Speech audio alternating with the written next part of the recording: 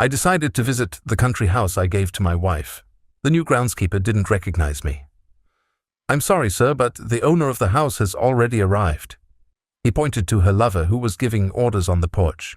I decided to play along. "I'm glad to have you here. Follow my story until the end and comment the city you're watching from so I can see how far my story has reached.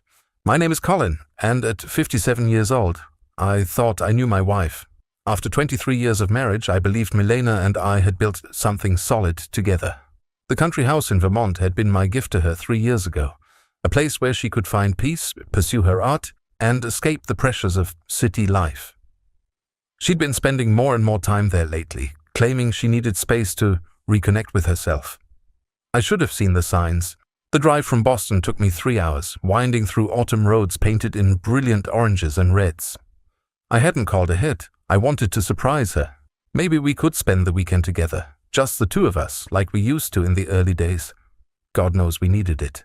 Our conversations had become stilted, formal, like two strangers sharing a house rather than a life. The wrought iron gates came into view around the final bend, and my heart lifted slightly.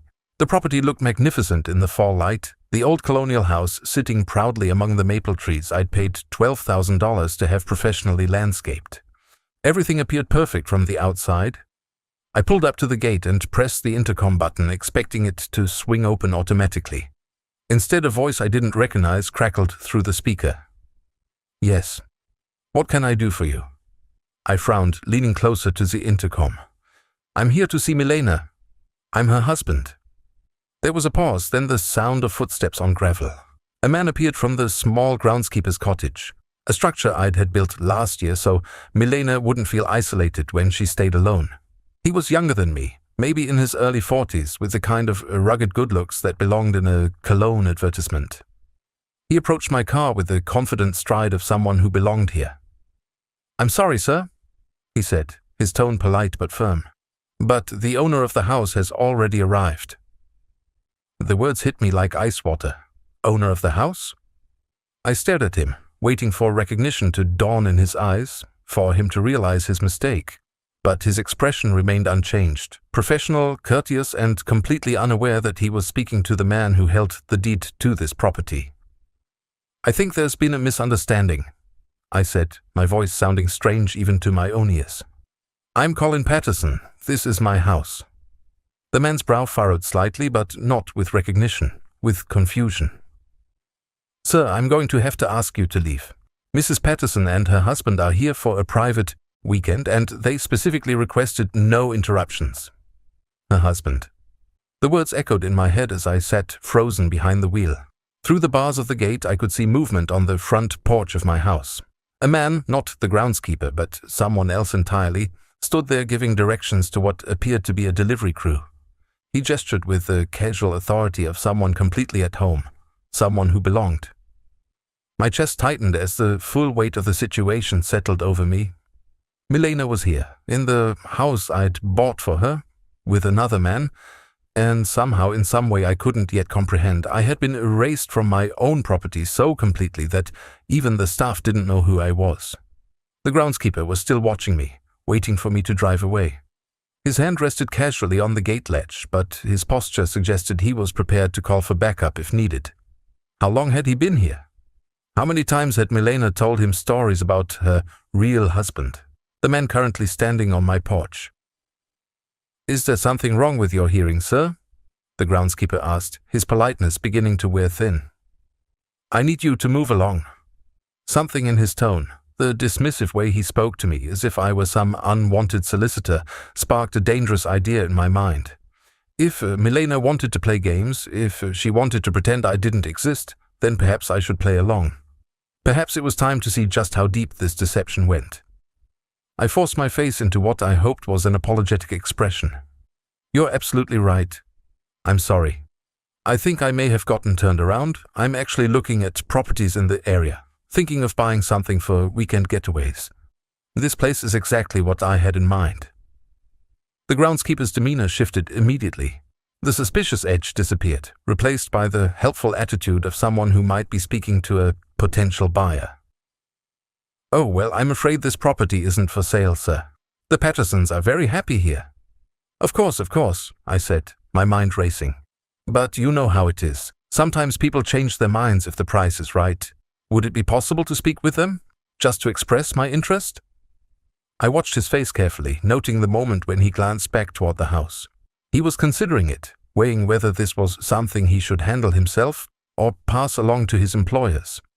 The fact that he needed to think about it told me everything I needed to know about who really made the decisions here. Well, he said slowly, I suppose there's no harm in asking, but I should warn you, they're quite attached to this place. It's been in the family for years. In the family for years?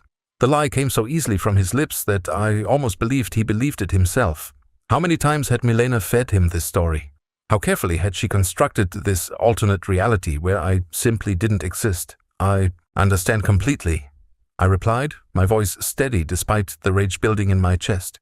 Family properties are special, but you never know. Sometimes circumstances change. The groundskeeper nodded and stepped back toward the intercom. As he pressed the button, I caught sight of the man on the porch again. He was tall, well-dressed in the kind of expensive casual clothes that screamed country gentleman. He moved around my porch with the ease of someone who had been there many times before, someone who knew where everything belonged. Mrs. Patterson, there's a gentleman here interested in the property, says he might want to make an offer. I held my breath, waiting for Milena's voice to crackle through the speaker. When it came, it was warm, welcoming, the same tone she used to use with me before everything went cold between us. How wonderful! Send him up to the house. Richard and I would be happy to chat with him. Richard. So the man on my porch had a name. The gate began to swing open with a mechanical hum that I'd heard hundreds of times before, but this time, instead of feeling like I was coming home, I felt like I was entering enemy territory. As I drove up the familiar gravel drive, past the flower beds I'd paid to have professionally designed, toward the house where I'd planned to spend my retirement years, one thought echoed through my mind with crystalline clarity. I was about to meet the man my wife had replaced me with, and he had no idea he was about to shake hands with a ghost. The crunch of gravel under my tires sounded different somehow, as if the very driveway was rejecting my presence. I parked beside a sleek black Mercedes that I didn't recognize. A car that cost more than most people's annual salary, judging by the pristine condition and luxury model. Everything about it screamed success, confidence, belonging, everything I apparently no longer possessed in my own home. Richard appeared on the porch before I'd even turned off the engine. Up close, he was even more imposing than I'd glimpsed from the gate. Probably 6'2", with silver grey hair that looked professionally styled and a tan that spoke of recent vacations in expensive places. He wore a cream-colored cashmere sweater and dark slacks that probably cost more than I spent on clothes in 6 months. When he smiled, it was the practiced smile of someone accustomed to making good first impressions.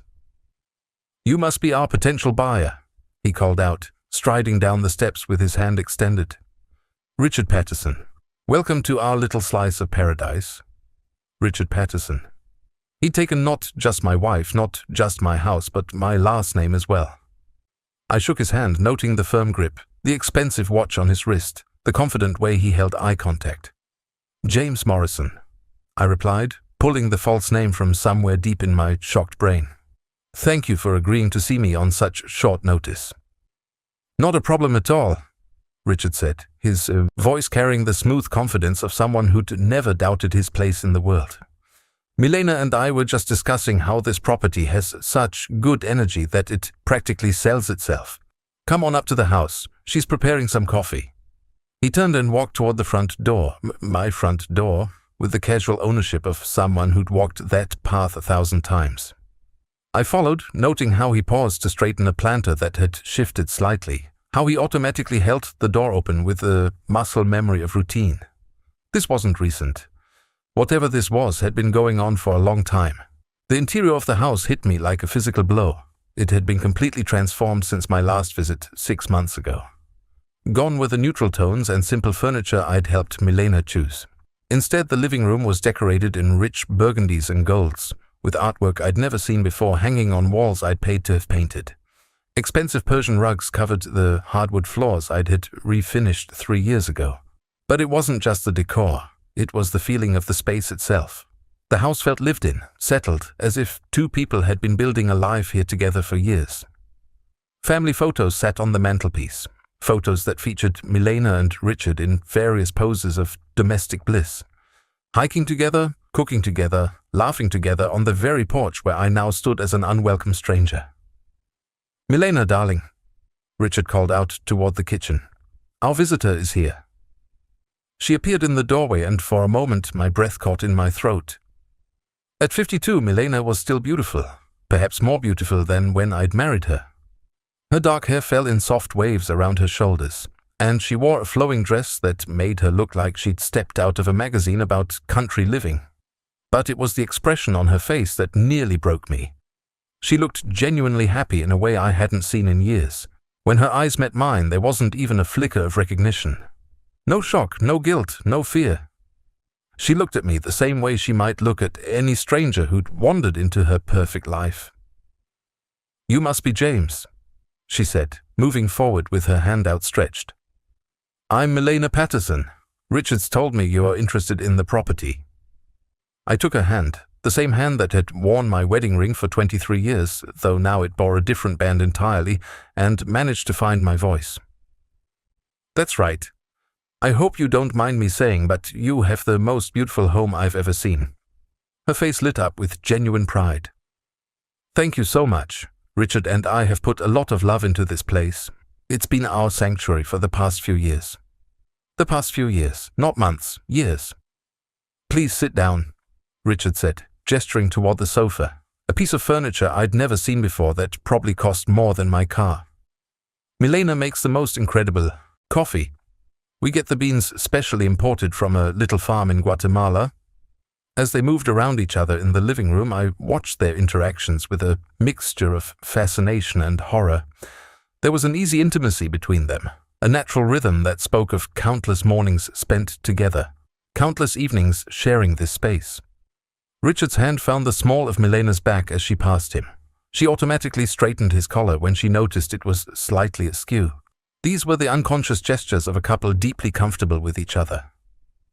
"So, James," Milena said as she settled into the chair across from me, my favorite reading chair that I'd bought from an antique shop in Cambridge 7 years ago. "What draws you to this area? It's rather off the beaten path." I'd prepared for this question during the drive up from the gate. "I'm recently retired," I said, which wasn't entirely a lie. "I've been looking for somewhere peaceful to write my memoirs. The isolation appeals to me." "How wonderful," she said, and I could hear genuine enthusiasm in her voice. "What sort of work were you in?" "Finance," I replied, choosing something vague enough to avoid follow-up questions. "Corporate consulting mostly. Nothing very interesting." Richard leaned forward with interest. "You know, that's exactly the kind of background this area could use more of. Too many of the old families have let their properties run down because they don't understand modern financial planning." The irony wasn't lost on me. Richard was sitting in my house wearing my wife's attention like a comfortable sweater, lecturing me about financial planning.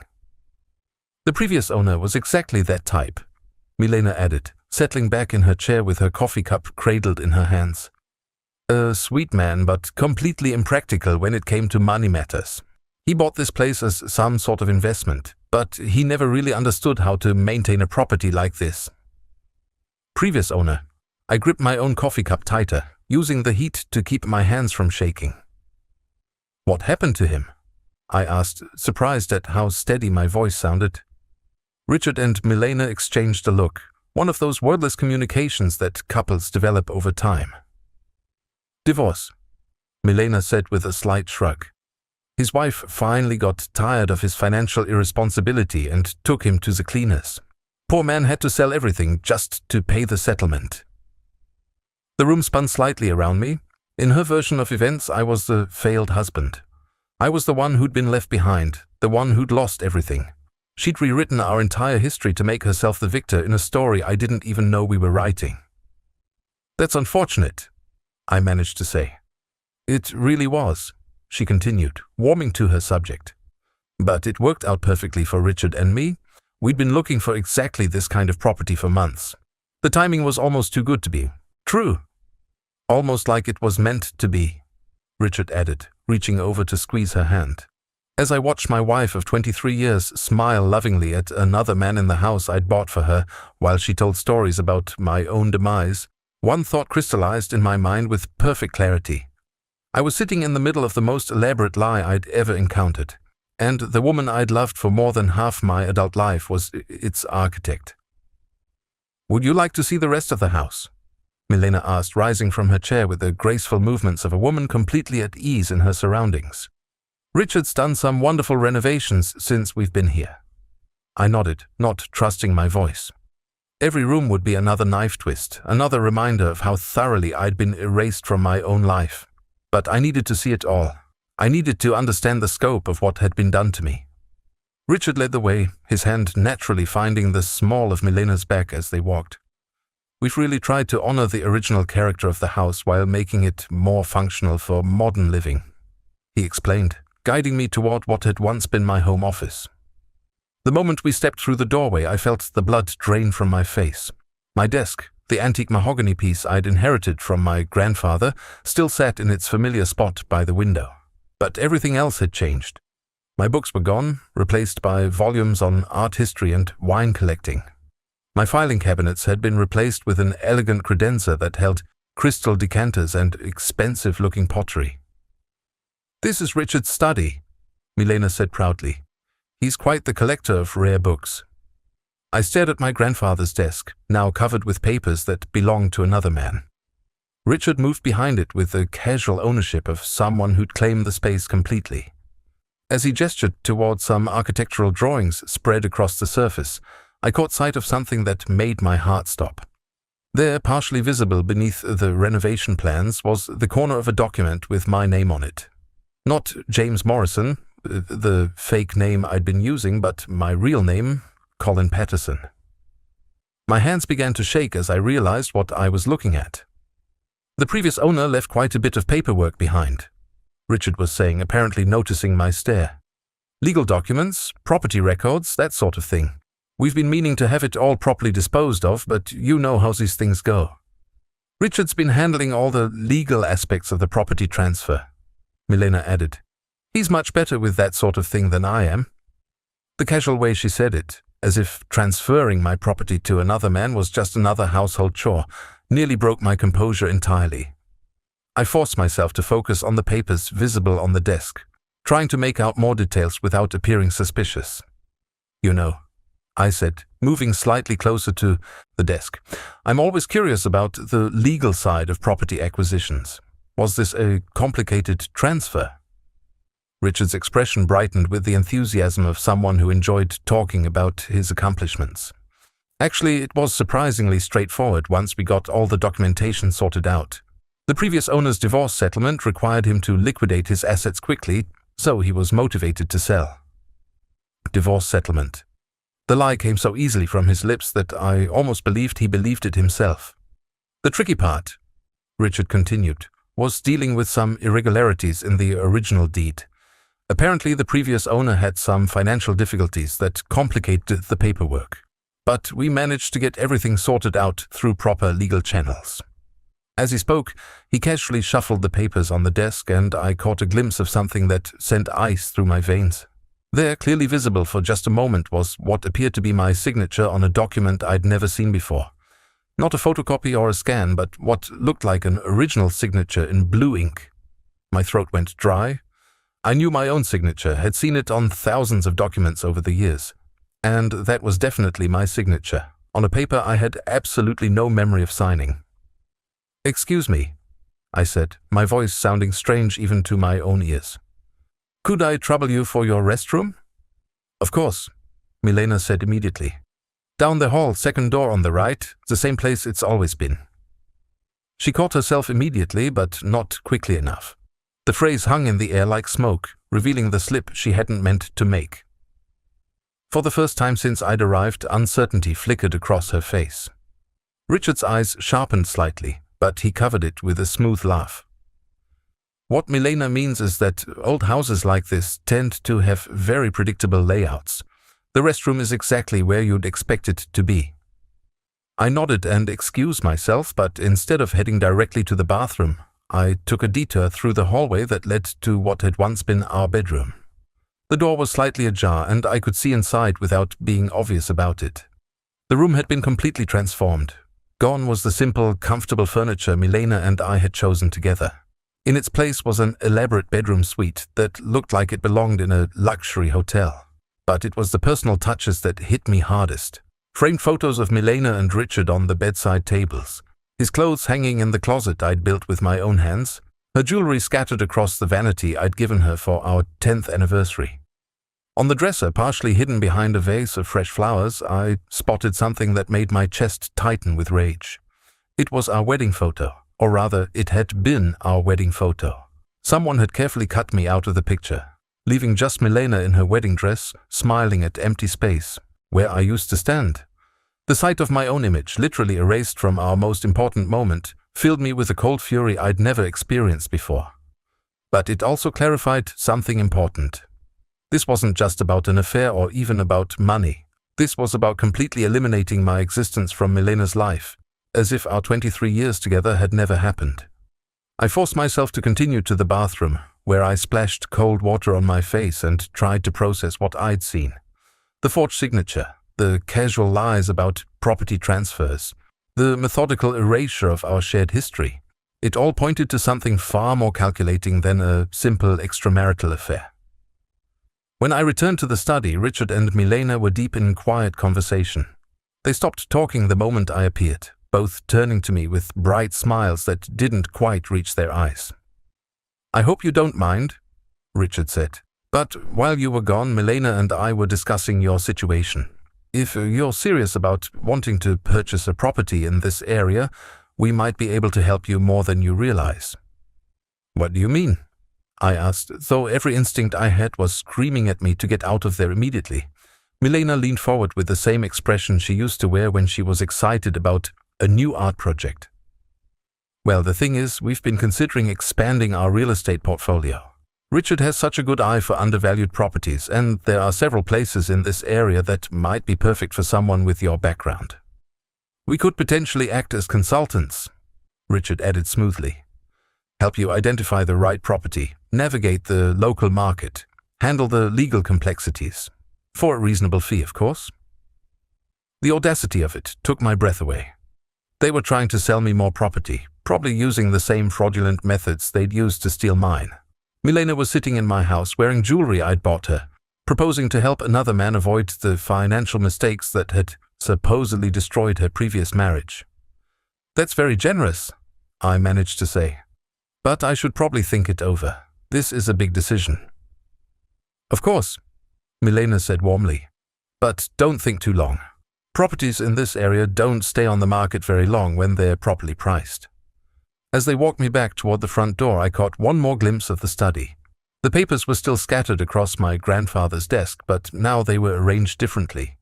Richard had been careful to cover the documents with my name on them, but not careful enough. I could still see the edge of what looked like a deed transfer and the corner of what might have been a power of attorney. Standing on the porch where I'd said goodbye to Milena countless times before, shaking hands with the man who'd stolen my life, I realized something that chilled me to the bone. They weren't just thieves. They were professionals. This wasn't Richard's first time doing this, and it wouldn't be his last. "We'll be in touch soon," Richard said, his grip firm and confident. "I have a feeling this is going to work out very well for all of us." As I walked back to my car, I could feel them watching me from the porch. When I turned back for one last look at the house I'd bought with 20 years of careful saving, I saw Milena waving goodbye with the same gesture she'd used when I left for business trips. But now I understood the truth. She hadn't been saying goodbye to her husband leaving for work. She'd been practicing for the day she'd wave goodbye to me forever. The drive back to Boston passed in a blur of rage and disbelief. My hands gripped the steering wheel so tightly that my knuckles had gone white, and every few miles I had to pull over to catch my breath. The image of my forged signature kept flashing through my mind, along with Milena's casual dismissal of our 23-year marriage as the failed relationship of an impractical man. By the time I reached my apartment, the small sterile place that had become my refuge since Milena started spending all her time at our country house, it was nearly midnight, but sleep was impossible. Instead, I sat at my computer and began researching Richard Patterson, the man who had stolen my life. What I found in those first few hours of searching made my blood run cold. Richard Patterson wasn't just a name my wife's lover had adopted. It was an identity he'd constructed with meticulous care. According to public records, Richard Patterson had been born 53 years ago in Connecticut, had attended prestigious schools, and had worked in international consulting before retiring early to pursue private investments. On paper, he was exactly the kind of man a woman like Milena would find attractive, successful, sophisticated, financially secure. But as I dug deeper, using the investigative skills I'd developed during my years in corporate finance, cracks began to appear in the perfect facade.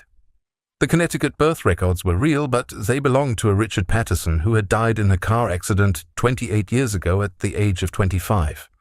The school records existed, but when I cross-referenced them with alumni databases, there was no trace of anyone matching the description of the man I'd met.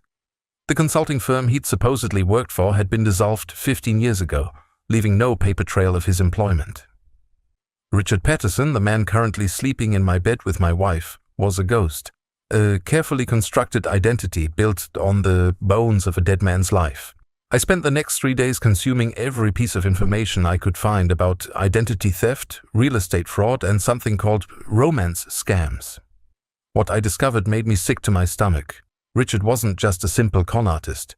He was part of a sophisticated network that targeted wealthy, lonely women, wormed their way into their lives, and systematically stripped them of their assets. The pattern was always the same. Identify a vulnerable target, create an attractive false identity, establish an emotional connection, isolate the victim from their support network, and then manipulate them into transferring property or assets. By the time the victims realized what had happened, the perpetrators had vanished, leaving behind nothing but forged documents and broken lives. But there was something different about Milena's case. In every other instance I could find, the victims had eventually discovered the truth and attempted to seek justice. My wife, however, seemed to be a willing participant in her own deception. She wasn't just a victim, she was an accomplice. The realization hit me like a physical blow. Milena hadn't been seduced and manipulated. She had actively chosen to betray me, to rewrite our history, to steal my property and give it to another man. The woman I'd loved for more than half my adult life had looked at our marriage and decided it was worth less than whatever Richard had promised her. On the fourth day, I made a decision that would have seemed impossible a week earlier. I hired a private investigator. Margaret Chen came highly recommended by my lawyer, who had handled enough messy divorces to know the value of professional investigation. She was a small, precise woman in her early 60s who spoke with the calm authority of someone who'd seen every possible variation of human betrayal. "Your wife's boyfriend has done this before," she told me after reviewing the information I'd gathered. We were sitting in her office in downtown Boston, surrounded by filing cabinets full of other people's shattered lives. The Richard Patterson identity is just his latest creation. We've been tracking this particular individual for 3 years now. My heart stopped. "You know who he really is?" Margaret nodded grimly. "His real name is Robert Palmer, originally from Michigan. He's 47 years old, has a criminal record dating back to his 20s, and has been running sophisticated romance scams across New England for at least a decade. Your wife is his 4th victim that we know of." 4th victim. The words echoed in my head as Margaret spread out a series of photographs on her desk. Each one showed Robert Palmer, Richard Patterson, with a different woman. All of them were attractive, well-dressed, and middle-aged.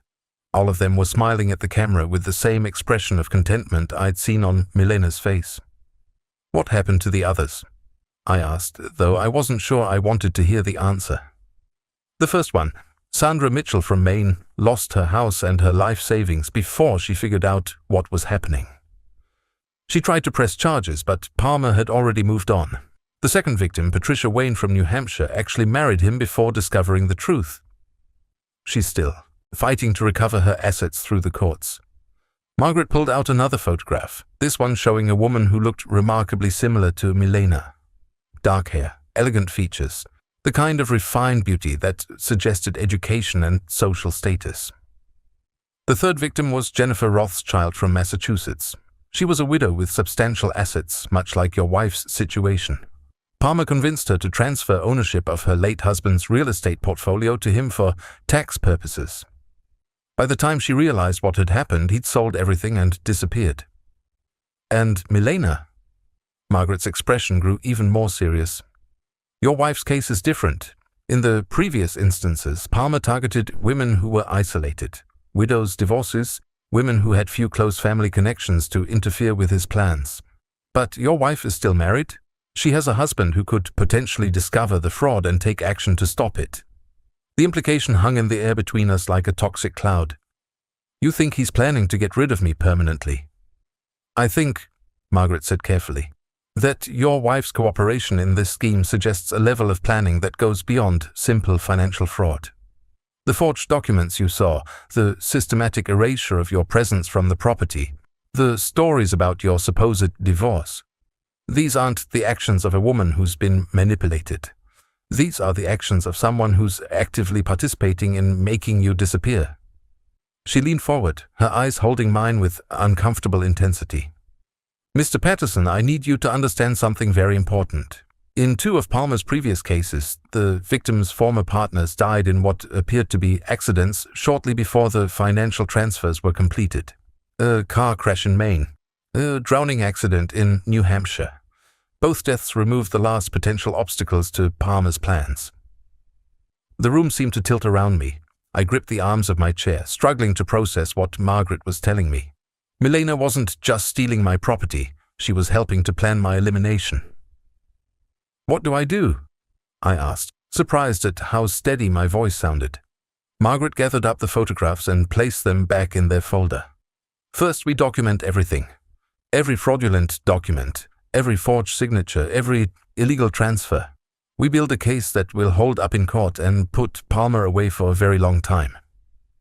She paused, studying my face with the calculating gaze of someone who'd seen too many people make bad decisions in desperate situations.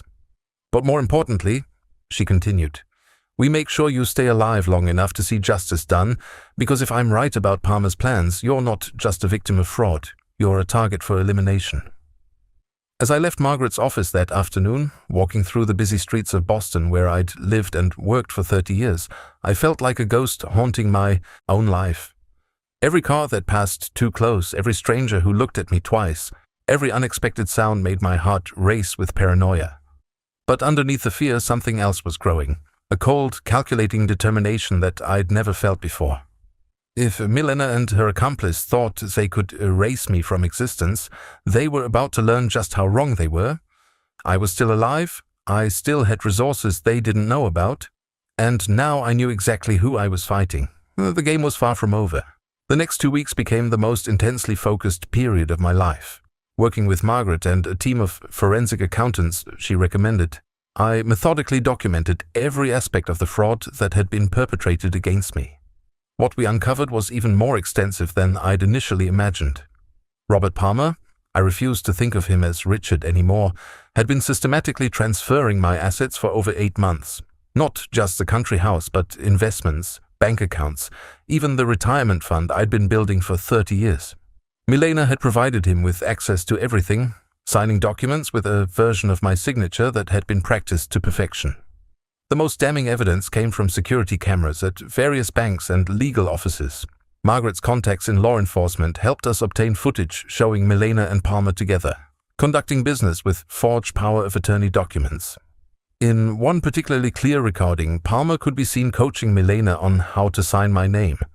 Their heads spent together over paperwork like conspirators planning a heist. Because that's exactly what they were. But the discovery that changed everything came on a Tuesday afternoon when Margaret called me with news that made my blood run cold.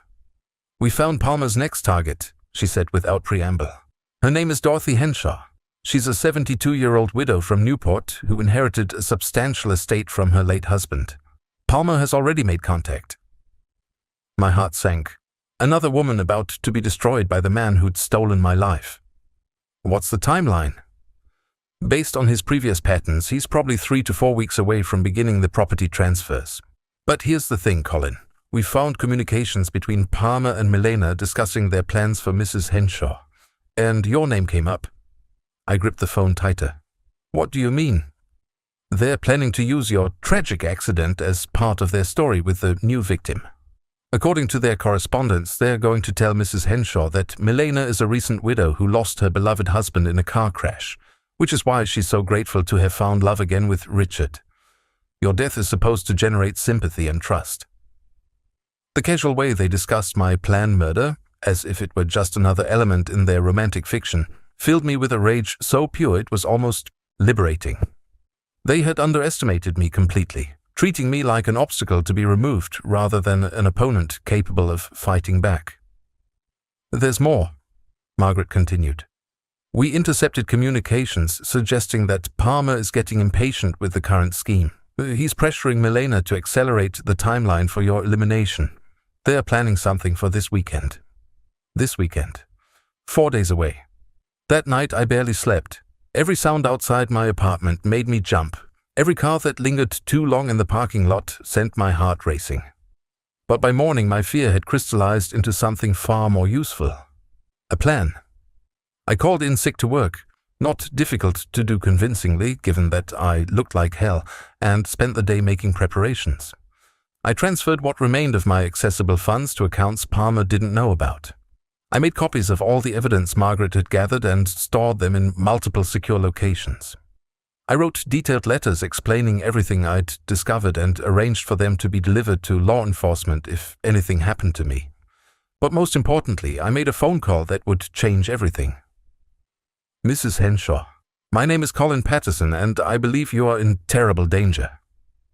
The conversation that followed was one of the most difficult I'd ever had.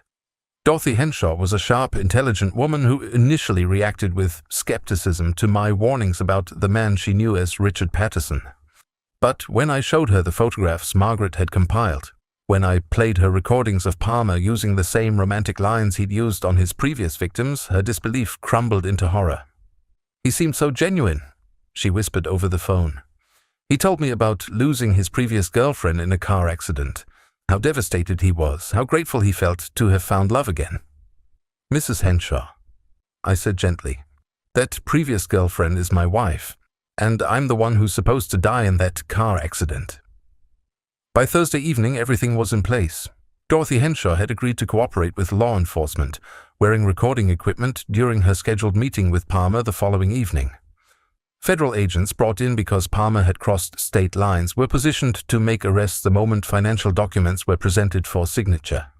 But I had one more card to play, a personal confrontation that would ensure Milena understood exactly what she had lost.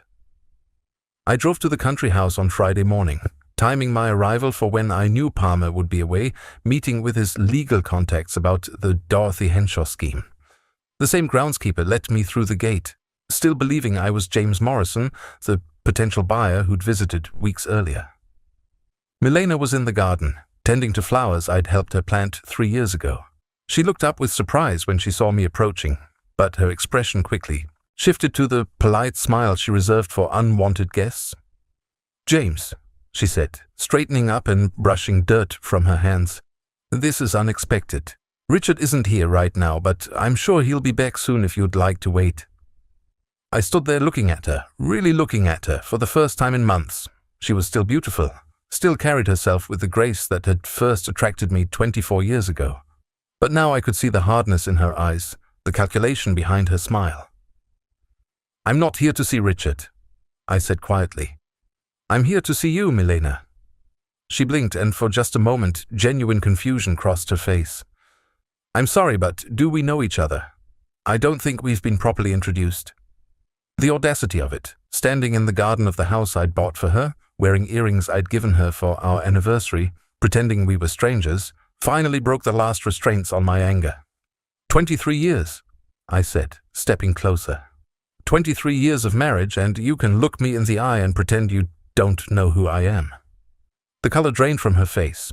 She took a step backward, her hand instinctively moving to her throat, where she still wore the locket I'd given her on our first anniversary. Colin, she whispered, and hearing my real name from her lips after weeks of being treated like a ghost sent a shiver down my spine.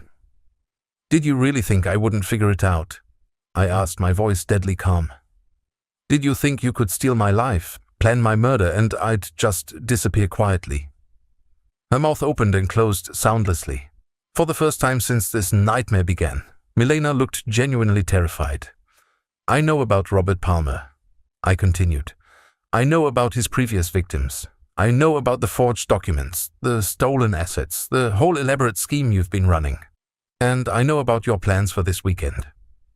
Tears began to stream down her cheeks, but I felt no sympathy. These weren't tears of remorse. They were tears of panic at being caught. "It wasn't supposed to happen like this," she finally managed to say. "You were never supposed to find out." "Find out that my wife was planning to have me killed? No, I imagine that was meant to stay secret." She shook her head frantically. "It's not what you think, Colin. Robert said we could just disappear, start over somewhere else. He said you'd be better off without me anyway." The pathetic attempt at justification, as if murdering me would somehow be doing me a favor, filled me with disgust. This woman who'd shared my bed, my dreams, my life for more than 2 decades had convinced herself that my death would be a kindness. "Where is he, Milena? Where's Robert right now?" She wiped her eyes with the back of her hand, leaving streaks of mascara across her cheeks. "He's meeting with lawyers in Newport about another property investment. He'll be back tonight." But he wouldn't be back tonight. At this very moment, Robert Palmer was being arrested by federal agents while attempting to defraud Dorothy Henshaw. The carefully constructed life he'd built with my wife was crashing down around him, and soon it would be Milena's turn to face the consequences of her choices. "There's something you should know," I said, watching her face carefully. "Robert's been arrested. The FBI has been watching him for weeks, documenting everything. They have recordings, photographs, financial records, everything they need to put him away for the rest of his life." Milena's legs seemed to give out beneath her. She sank down onto the garden bench, her face a mask of shock and despair. "And they have evidence of your involvement, too," I continued. "Every forged signature, every fraudulent document, every asset transfer, it's all documented. You're going to prison, Milena, for a very long time." She looked up at me then, and for a moment I saw a flicker of the woman I'd once loved. Vulnerable, frightened, desperate. "Colin, please," she whispered. "I know I made terrible mistakes, but we can fix this. We can work something out." But it was too late for that. Far too late. "The only thing you can do now," I said, turning to walk away, "is hope that the prosecutor shows you more mercy than you showed me." As I reached the gate, I heard her calling my name, her voice breaking with desperation. But I didn't look back. The woman crying in that garden wasn't my wife anymore. She was a stranger who'd worn Milena's face while plotting my destruction. And now she would face the consequences of her choices alone. 6 months later, I sat in a federal courthouse in Boston, watching as Milena Patterson, she'd kept my name even after everything, was sentenced to 12 years in prison for conspiracy to commit fraud, identity theft, and accessory to attempted murder. Robert Palmer had already been sentenced to 25 years without the possibility of parole, his long history of similar crimes finally catching up with him. The woman in the orange jumpsuit bore little resemblance to the elegant socialite who'd once graced my arm at charity galas and dinner parties. Prison had stripped away the careful makeup, the expensive clothes, the polished facade that had hidden her true nature from me for so many years. When the judge read her sentence, she didn't cry or plead or show any sign of the vulnerability she'd tried to use to manipulate me during our final confrontation. She just looked empty, hollow, like a shell of a person who'd finally run out of lies to tell. As the bailiff led her away in shackles, she turned to look at me one last time. Our eyes met across the courtroom, and I felt nothing. No anger, no sadness, no lingering love for the woman I'd spent 23 years trying to make happy. Just the quiet satisfaction of seeing justice served. The federal prosecutor, a sharp woman named Amanda Torres, who'd become something of a specialist in Palmer's type of fraud, approached me as the courtroom emptied. "Mr. Patterson, I wanted to thank you again for your cooperation in this case. Without your willingness to come forward and work with law enforcement, Palmer would have continued victimizing innocent people." I shook her hand, thinking about Dorothy Henshaw, who'd sent me a heartfelt letter thanking me for saving her from financial ruin. It was the right thing to do. "The asset recovery team will have your property fully restored within the next 30 days. Torres continued. All fraudulent transfers have been reversed and you should have complete access to your accounts by the end of the week. I nodded, though the money and property felt less important now than they had 6 months ago. The real victory wasn't getting my assets back, it was getting my life back. Outside the courthouse, Margaret Chen was waiting for me with a small smile that suggested satisfaction at a job well done. "So," she said as we walked toward the parking garage, "what are your plans now? Are you going to keep the country house?" I'd been thinking about that question for weeks. The house in Vermont held too many memories, not just of the betrayal, but of the years when I'd been genuinely happy there with a woman who'd never really existed. The Milena I'd loved had been a carefully constructed fiction, as false as Richard Patterson's identity. "I'm selling it," I said. "I've already found a buyer, a young couple with 2 kids who will actually appreciate what it has to offer." Margaret nodded approvingly. "Starting fresh?" "Exactly. And that's what I was doing. Starting completely fresh at 57 years old, with a clarity about life that I'd never possessed before. The betrayal that had nearly destroyed me had also freed me from illusions I hadn't even known I was carrying. 3 weeks later, I stood on the deck of a small cabin I'd purchased in the mountains of North Carolina, a place Milena had never seen, where no memories of our life together could intrude. The cabin was modest compared to the Vermont estate, but it was entirely mine, paid for with money that had never been touched by fraud or deception. My neighbor, a retired teacher named Helen, who lived about a quarter mile down the mountain road, had invited me to a community potluck dinner that evening. It would be my first social gathering since the trial, my first attempt at building relationships that weren't built on lies or manipulation. I was nervous about it, if I'm being honest. After what I'd been through, trusting people felt like walking on ice that might crack at any moment. But I was learning that isolation wasn't safety. It was just another kind of prison. As I dressed for the dinner, I caught sight of myself in the bathroom mirror. I looked different than I had a year ago. Thinner, certainly. The stress had taken its toll, but also more alert, more present. The passive complacency that had allowed me to miss the signs of Milena's betrayal was gone, replaced by a quiet confidence I'd never possessed before. The potluck was held in the community center, a rustic building that hosted everything from town meetings to wedding receptions. When I arrived carrying a store-bought pie, cooking had never been my strong suit. I was immediately welcomed by people who knew nothing about my past except that I was the new guy who'd bought the Henderson place. Helen introduced me around with the easy familiarity of someone who'd lived in the community for decades. There was Bob, who ran the local hardware store and immediately offered to help me with any repairs the cabin might need. There was Sarah, a nurse at the county hospital, who mentioned that the local hiking club was always looking for new members. There was Tom, a retired mechanic who owned the garage down in the valley and said I should bring my car by for a tune-up before winter. These were genuine offers of friendship and assistance, made without expectation of anything in return. The contrast to the calculated manipulation I'd lived with for years was so stark it was almost overwhelming. As the evening progressed, I found myself relaxing in a way I hadn't in months. When Bob told a story about his grandson's attempts to help with yard work, I laughed without calculating whether my response was appropriate. When Sarah mentioned that her book club was reading a mystery novel that reminded her of something that might interest me, I accepted her offer to lend me a copy without wondering what she might want from me in return. This was what normal human interaction felt like. This was what I'd forgotten during all those years of walking on eggshells around Milena's moods and needs and carefully orchestrated social performances. Driving home that night along the dark mountain roads, I felt something I hadn't experienced in years: contentment. Not the desperate happiness of someone trying to convince himself that his life was working, but the quiet satisfaction of someone whose life actually was working. Back at the cabin, I made myself a cup of coffee and sat on the deck, looking out at stars that were invisible in the light-polluted skies of Boston. The silence was complete except for the occasional call of an owl or the rustle of leaves in the wind. For the first time since this whole nightmare began, I thought about my future with genuine excitement rather than grim determination. I was 57 years old, financially secure and completely free to build whatever life I wanted. There were books I wanted to read, places I wanted to travel, friendships I wanted to cultivate without the toxic influence of someone who saw every relationship as an opportunity for manipulation. I thought about Milena sitting in her federal prison cell, probably still trying to figure out how to work the system to her advantage.